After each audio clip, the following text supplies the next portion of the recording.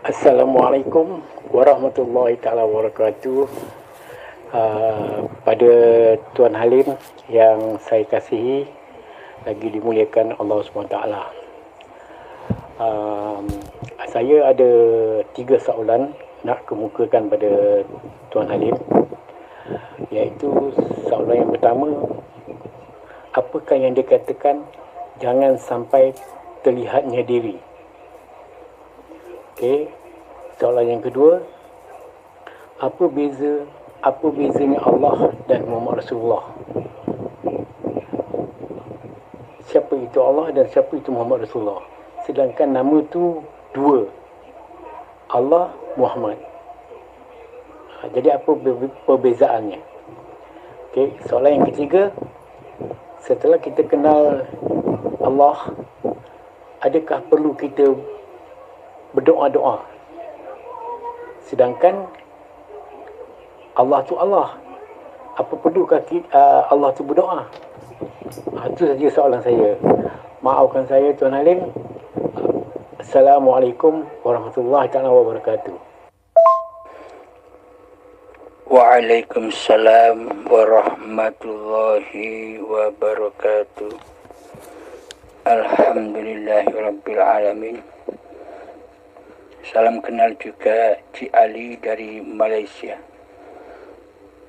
Pertanyaan pertama, apakah yang dikatakan jangan sampai terlihatnya diri?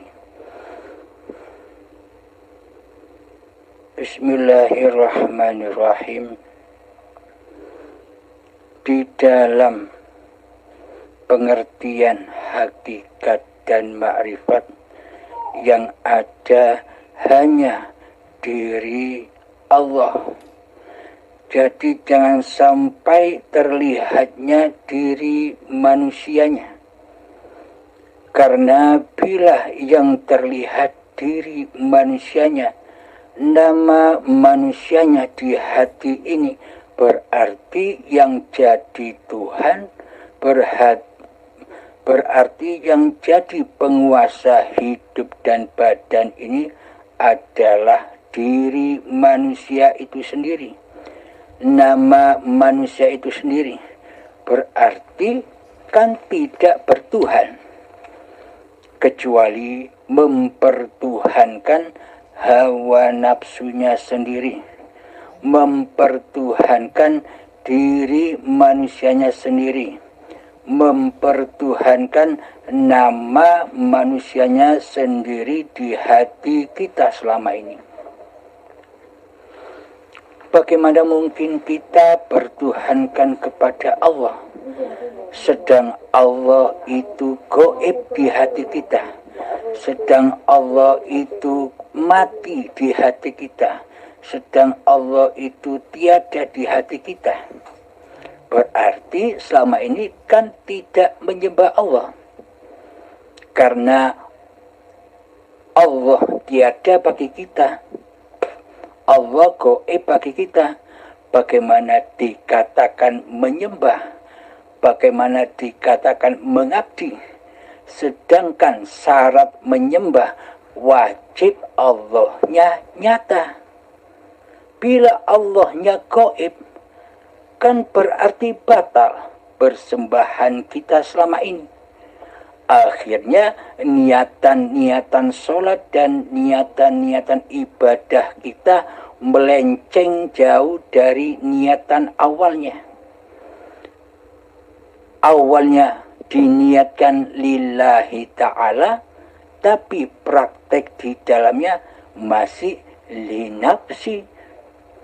Ini sholatku hamba, ini ibadahku hamba, ini kerjaku hamba, ini jalanku hamba.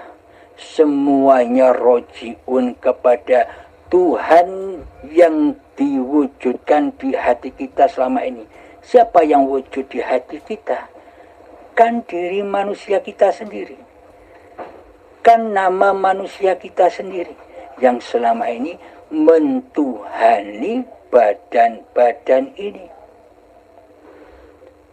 Maka dari itu, bila ingin bertuhankan Allah, maka masuk Islam dulu secara hati.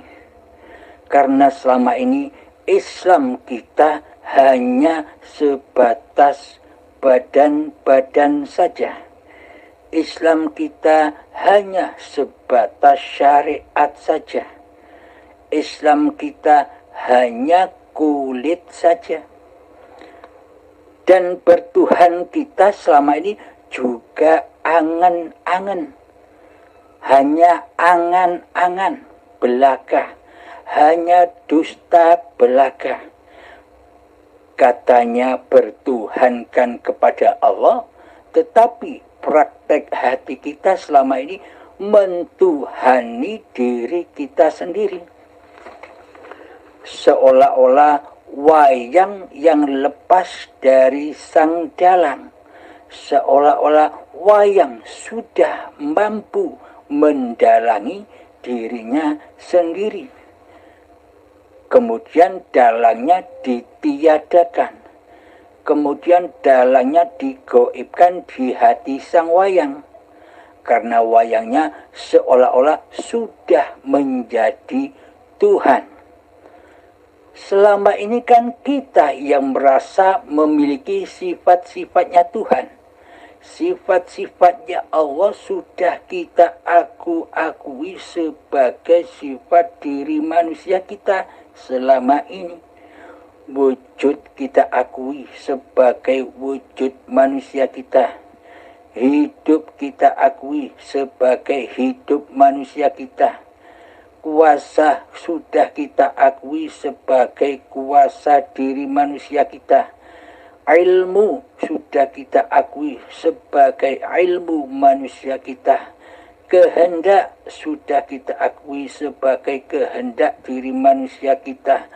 Melihat sudah kita akui sebagai lihatnya diri manusia kita. Mendengar sudah kita akui sebagai pendengaran diri manusia kita.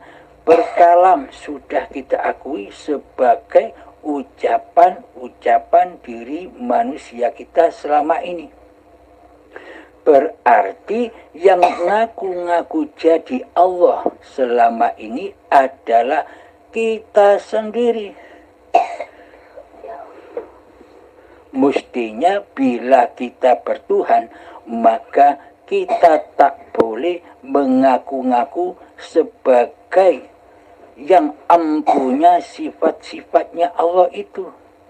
Berarti selama ini kita mensekutukan Allah dengan diri kita sendiri. Seolah-olah kitalah sebagai Allah, tapi kita tidak menyadarinya. Sebagai hamba, mestinya kita bersifat kebalikan daripada sifat-sifatnya Allah yang selama ini kita akui sebagai sifat diri manusia kita.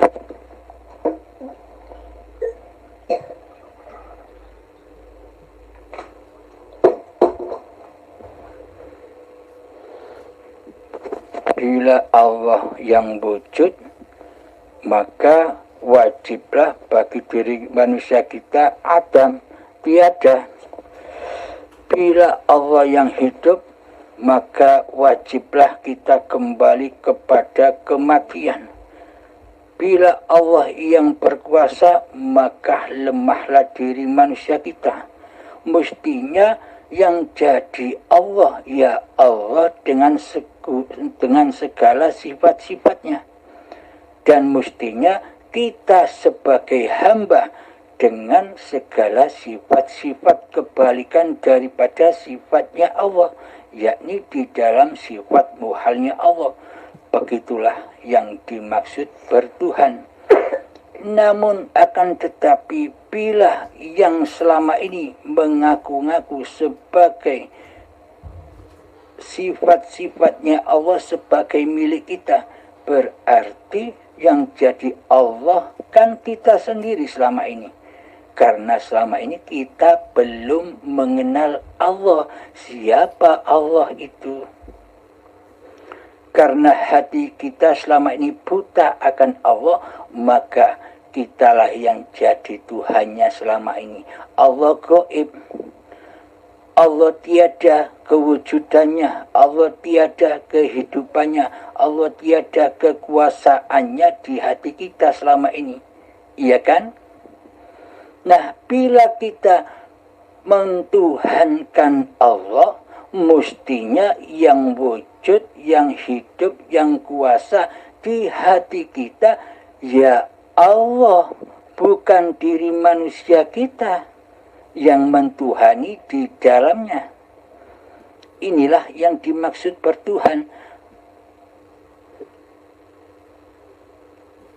Seluruhnya kembali kepada alam lillahi ta'ala, bukan kembali kepada linafsi. Selama ini praktek hati kita di dalam sholat dan ibadah, prakteknya lillahi ta'ala. Maka dari itu, kenalilah Allah dengan segala sifatnya. Rela dan ridhokan hati Anda kembali kepada hakikat sejati diri manusia kita yang tak ada, yang gaib, dan yang mati. Maka inilah yang dimaksud.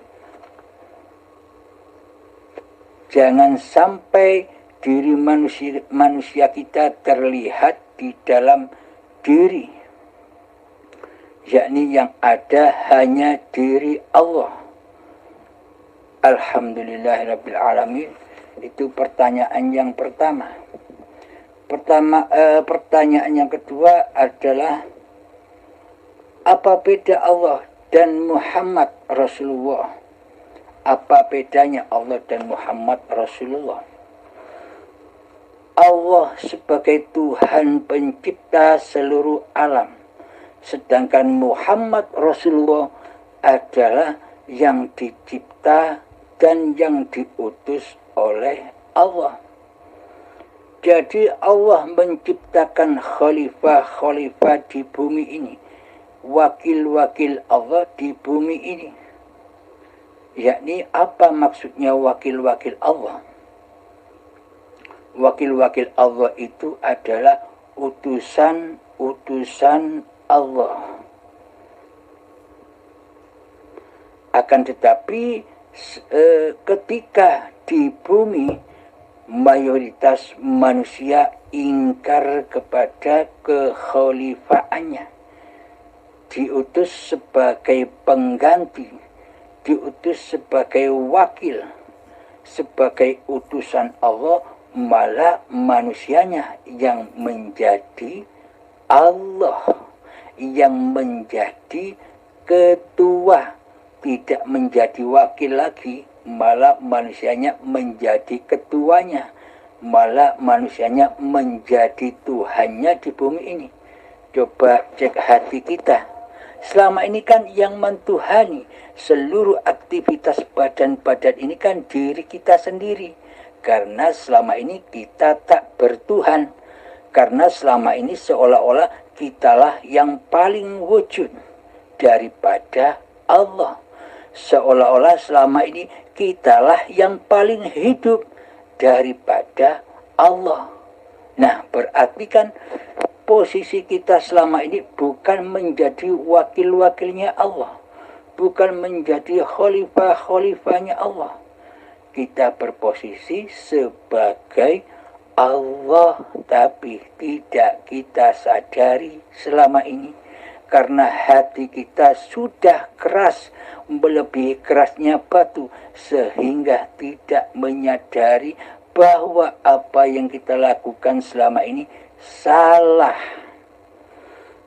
Karena hatinya keras, melebihi kerasnya batu, maka tak akan mau disalahkan. Yang ada adalah merasa benar sendiri. Itulah bedanya Allah dan Muhammad. Contoh, selama ini kan yang menjadi Tuhan di dalam hati kita adalah diri kita sendiri, yang merampas seluruh sifat-sifatnya Allah di dalam hati kita. sehingga seolah-olah kitalah sebagai pengutus badan-badan kita.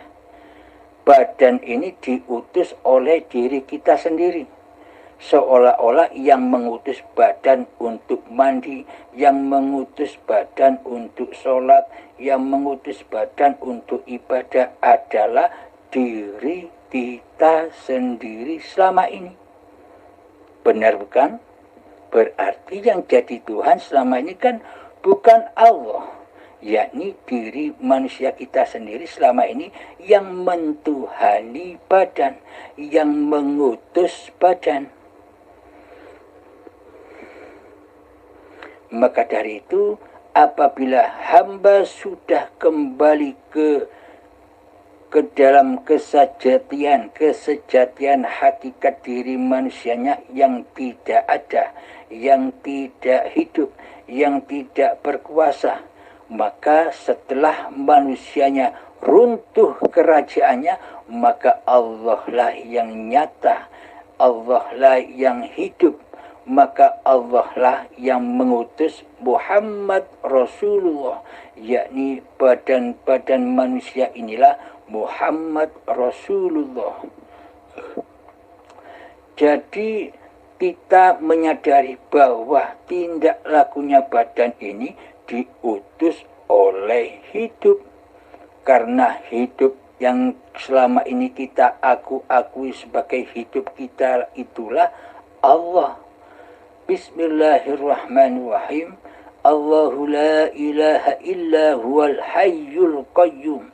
Allah tiada Tuhan yang berhak disembah, dialah hidup yang kekal lagi terus menerus. Jadi hidup itu tak pernah mati.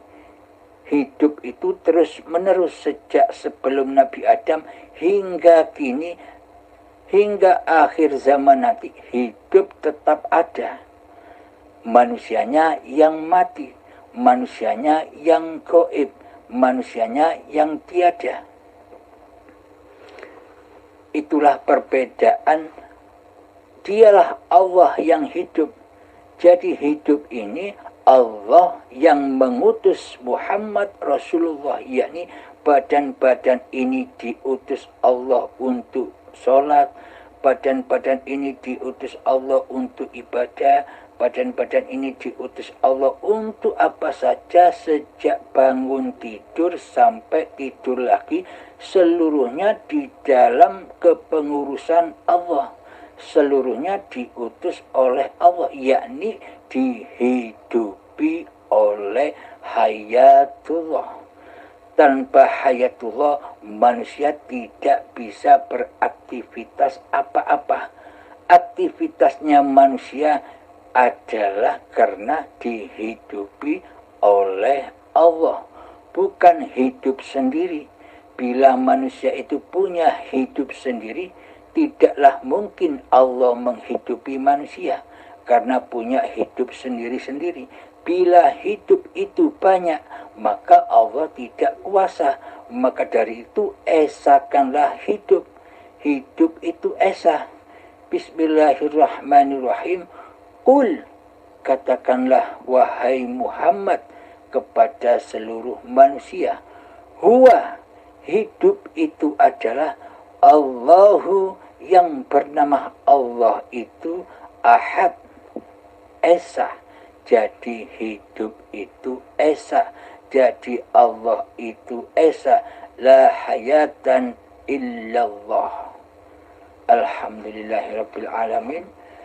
Pertanyaan yang ketiga adalah, setelah kenal kepada Allah, apakah kita masih diwajibkan berdoa? Bagi syariat wajib berdoa, karena di syariat yang masih menjadi Tuhan, yang masih menjadi penguasa diri manusia adalah diri manusia itu sendiri. Maka wajiblah berdoa. Tujuan berdoa agar manusia bisa kembali kepada Tuhannya. Akan tetapi di dalam syariat berdoa hanyalah untuk meminta-minta kepada Allah, sementara manusianya belum kenal Allah. Mestinya bila mau berdoa, mau meminta-minta, wajib kenal dulu dengan siapa Allah itu, yang mana Allah itu. Ilustrasinya kan begitu. Ketika kita minta pertolongan kepada seseorang, mestinya kita tahu siapa yang hendak kita mintai pertolongan. Sama halnya kepada Allah. Ketika kita berdoa tanpa mengenal siapa yang kita doai, kepada siapa kita meminta, apakah mungkin doa itu terkabul? Itu di dalam babakan syariatnya. Namun di dalam babakan hakikatnya, apabila kita sudah mengenal Allah, apakah masih berlaku berdoa itu? Nah, bila kita sudah mengenal Allah, bila kita sudah berhakikat dan bermakrifat kepada Allah, apakah mungkin manusia bisa berdoa sementara manusianya sudah fana, sementara manusianya sudah tiada, sementara manusianya sudah gaib, sementara manusianya sudah mati? Apakah mungkin manusianya masih meminta-minta sementara manusianya sudah tidak ada? Inilah pengertian babakan hakikat dan makrifatnya. Jadi orang-orang yang sudah mengenal Allah itu sudah tak bisa meminta apa-apa, sudah tak bisa berdoa apa-apa. Bila masih ada doa, bila masih ada permintaan-permintaan, berarti kan belum hakikat dan makrifat. Berarti masih nyata wujud manusianya sebagai Tuhan yang mentuhani dirinya sendiri. Maka dari itu, yang wajib berdoa adalah ya orang yang masih merasa wujud sebagai manusianya. Bila manusia sudah mengenal Allah, tandanya manusia sudah tidak mengenal diri manusianya lagi. Yang ada hanya Allah. Bila yang ada hanya Allah, bagaimana manusia bisa berdoa? Jadi manusianya hanya makmum kepada imamnya, makmum kepada Tuhan pencipta dirinya. Diposisikan sebagai apapun, si hamba tetap rela dan ridho. Pada intinya nerima ing pandum, nerimo ing pandum, menerima apa adanya, apa-apa yang disuguhkan oleh Tuhannya. Meskipun disuguhkan dengan anugerah kekayaan yang melimpah, di hati hambanya sudah tidak terimbas di dalamnya. Hatinya tenang-tenang saja, hatinya tidak munclak-munclak seperti sebelum mengenal Allah. Bila diri manusia kita belum mengenal Allah, ketika mendapatkan anugerah pasti hati kita riang gembira, membangga-banggakan diri kita, menyombongkan diri kita atas anugerah yang diberikan oleh Allah. Namun bagi orang yang sudah mengenal Allah, hatinya sudah tenang, baik di dalam anugerah dan bencana, sudah bukan ukuran lagi, karena manusianya sudah tak mampu memandang anugerah dan bencananya. Akan tetapi manusianya hanya menyaksikan siapakah di balik anugerah dan bencana itu. Di balik anugerah dan bencana itu juga hayatullah. Tanpa hidup Apakah manusia bisa merasakan sebuah anugerah ataupun bencana?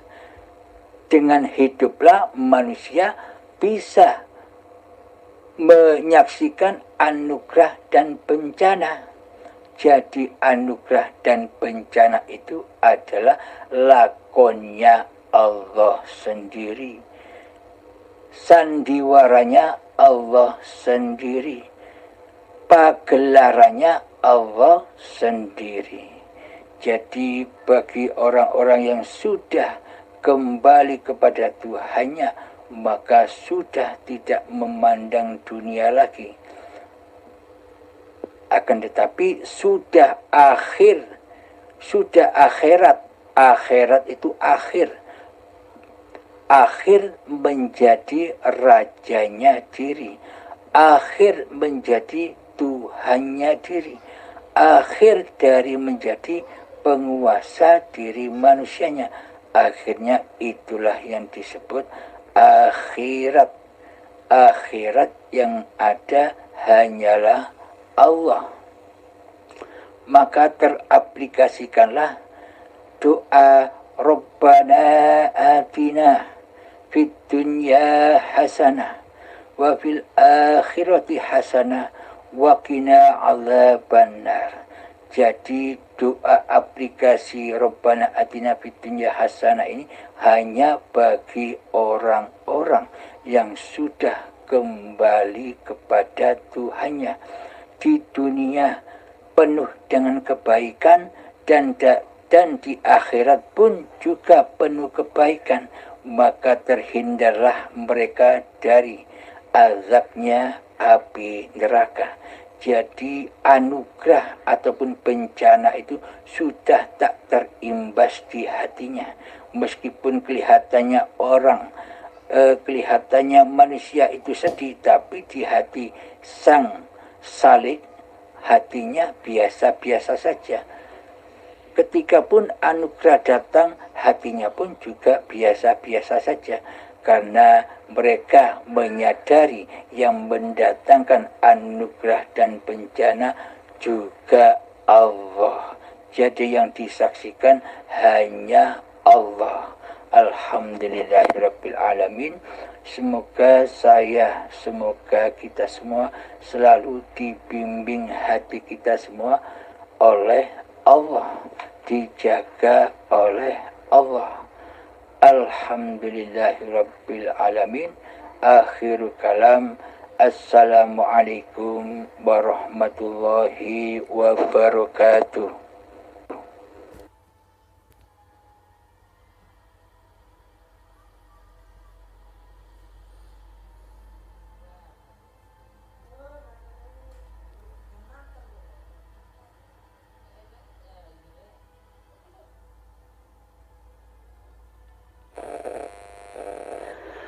Waalaikumsalam warahmatullahi ta'ala wabarakatuh.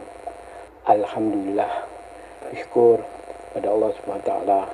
Terima kasih banyak-banyak pada Tuan Halim yang sudi memberikan pencerahan dan huraian tentang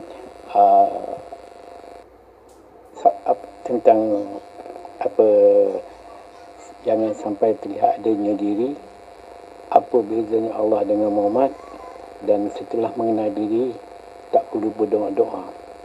Alhamdulillah, dapatlah saya mengutip buah butirnya daripada Tuan Halim. Benar apa yang Tuan Halim katakan. Kiranya kita berdoa masih lagi berminta-minta, maknanya kita masih ada diri lagi. Kita masih ada diri lagi. Apabila kita sudah kenal segala-galanya Allah, apa perlukah kita berdoa? Yang minta pun dia. Tapi memang benar apa yang Tuan Halim katakan tadi. Kita tidak perlu berdoa lagi dah. Sekiranya sesiapa yang berdoa, maknanya dia masih ada diri lagi. Alhamdulillah, saya ucapkan ribuan terima kasih berbanyak-banyak. Saya hargai dan saya hormati Tuan Halim kerana sudi kongsikan ilmu. Terima kasih Allah, terima kasih Allah, terima kasih Allah. Semoga Allah SWT berkati kehidupan Tuan Halim seisi keluarga, berikan kesihatan di dunia dan akhirat. Amin, amin, ya rabbal alamin. Assalamualaikum warahmatullahi ta'ala wabarakatuh. Maafkan saya Tuan Halim mengganggu. Sekadar bercerita sajalah, santai-santai je. Semenjak 2-3 hari ini, saya mendengarkan audio-audio Tuan Halim. Fikiran saya ada terganggu sikit. Kemudian tu susah nak tidur. Lepas tu badan pun rasa macam bergegar, dada berdetak-detup. Saya pun heran. Tapi okey. Pada saya okey. Apa saya nak cakap macam fikiran saya macam melayang. Lepas tu saya macam sedar dengan tak sedar. Kadang-kadang saya berjalan, saya nampak kaki aku ni berjalan. Lepas tu saya nampak tangan aku ni bergerak. Hati tu berkata, inilah dia afan Allah. Itulah semenjak 2-3 hari ni lah, semenjak saya tengok audio Tuan Halim ni, saya rasa mungkin sampai masanya rezeki saya untuk mengenal diri saya yang sebenar-benarnya. Alhamdulillah lah. Saya terima kasih pada Tuan Halim, dan saya terima kasih juga pada Allah SWT kerana telah menunjukkan jalan yang sebaik-baiknya. Semoga Allah SWT berkati apa yang saya pelajari selama ini. Selama 2-3 hari inilah. Baru 2-3 hari ni. Baru 2-3 hari ni. Alhamdulillah lah. Syukur saya sangat pada Allah SWT. Rahmat, nikmat, barakahnya. Terima kasih Tuan Halim sudi kongsikan ilmu Allah ni, sudi tunjuk ajar dan bagi penerangan. Terima kasihlah banyak-banyak. Hanya Allah SWT saja yang dapat balas budi Tuan Halim. InsyaAllah bersama keluarga Tuan Halim. Amin, amin. Maafkan saya Tuan Halim mengganggu. Assalamualaikum. Waalaikumsalam warahmatullahi wabarakatuh. Alhamdulillahirabbil alamin. Itulah anugerah dari Allah. Itulah hidayah dari Allah.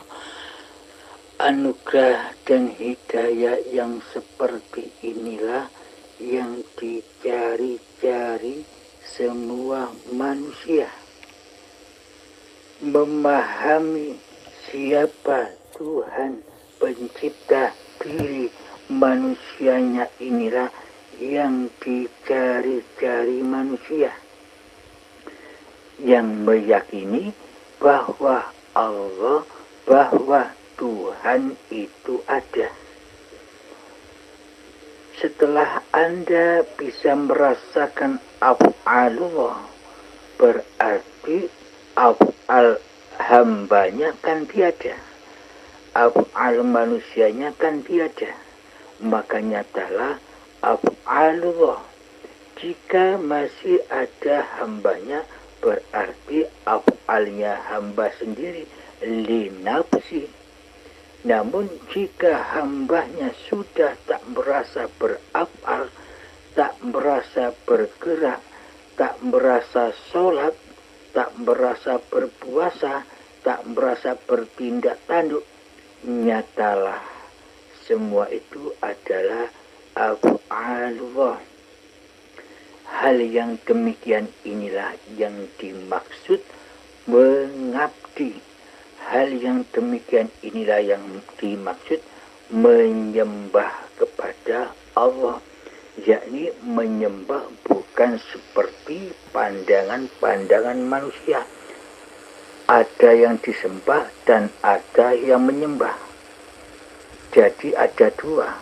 Yang disebut menyembah dan mengabdi di sisi Allah itu adalah fitrahnya kembalinya kesejatian manusianya ke alam keabadiannya, yang manusia adalah tiada, manusia adalah gaib dan mati, yang hidup, yang nyata, yang wujud, yang berkuasa hanyalah Allah dengan af'alnya sendiri. Alhamdulillahirabbil alamin. Inilah anugerah yang amat agung. Inilah mutiara-mutiara yang telah hilang dahulu. Sejak bayi mutiara ini masih ada, bayi yang suci, yakni bayi yang belum wujud diri cialinya. Cialinya belum ada sampai detik-detik akil balik. Ketika datang detik-detik akil balik, hilanglah semua permata-permata itu. Karena ketika detik akil balik, cialinya yang menjadi Allah, cialinya yang menjadi Tuhan hingga setua ini. Alhamdulillahirabbil alamin. Ci Ali sudah menemukan kembali permata-permata yang hilang itu. Ci Ali sudah menyadari kesalahan-kesalahannya selama ini. Inilah yang dimaksud bertaubat, taubatan nasuhah. Jadi taubat di sisi Allah itu tak perlu lagi membaca istighfar seperti yang ada di syariat. Meskipun membaca istighfar 1000 kali per hari, tapi yang merasa membaca istighfar adalah cialinya, ya percuma. Namun meskipun tidak membaca istighfar, akan tetapi hati menyadari akan kesalahannya selama ini, dan hati rela dan ridho bahwa hidup ini Allah, maka sucilah Ci Ali. Maksudnya Ci Ali yang suci sudah tidak menjadi Tuhan lagi, sudah kembali ke alam ketiadaan dan kegoiban, sebagaimana Ci Ali dulu menggoibkan Allah. Dan nyatalah bahwa hidup ini Allah, seperti nyatanya dahulu Ci Alinya yang wujud. Jadi dibalik kebalikannya. Lapihlah terus Kang Mas. Semoga Allah selalu membimbing kita semua. Alhamdulillahirabbil alamin. Assalamualaikum warahmatullahi wabarakatuh.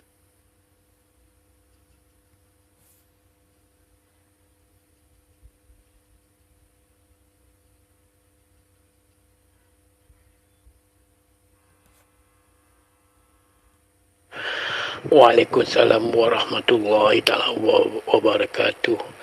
Alhamdulillah. Alhamdulillah. Terima kasih Allah. Terima kasih juga Tuan Halim kerana telah memberikan pencerahan sebentar tadi. Barulah saya faham. Memang benar Tuan Halim. Saya merasakan, saya dapat merasakan kesalahan dulu-dulu. Saya dah rasa sekarang ni macam kosong. Saya dah rasa macam kosong sekarang ni. Betul, memang dah tahu nak cakap lagi dah. Allahu Akbar, Allahu Akbar. Gembiranya saya, rahmat nikmat ya Allah, satu mutiara yang besar sekali yang telah berikan. Allahu Akbar, ya Allah. Hanya Allah sajalah yang tahu. Allahu Akbar, Allahu Akbar. Terima kasih Tuan Halim. Maafkan saya mengganggu Tuan Halim. Allahumma salli ala Muhammad wa ala ali Muhammad. Alhamdulillah, bersyukur ya Allah. Amin, amin, amin.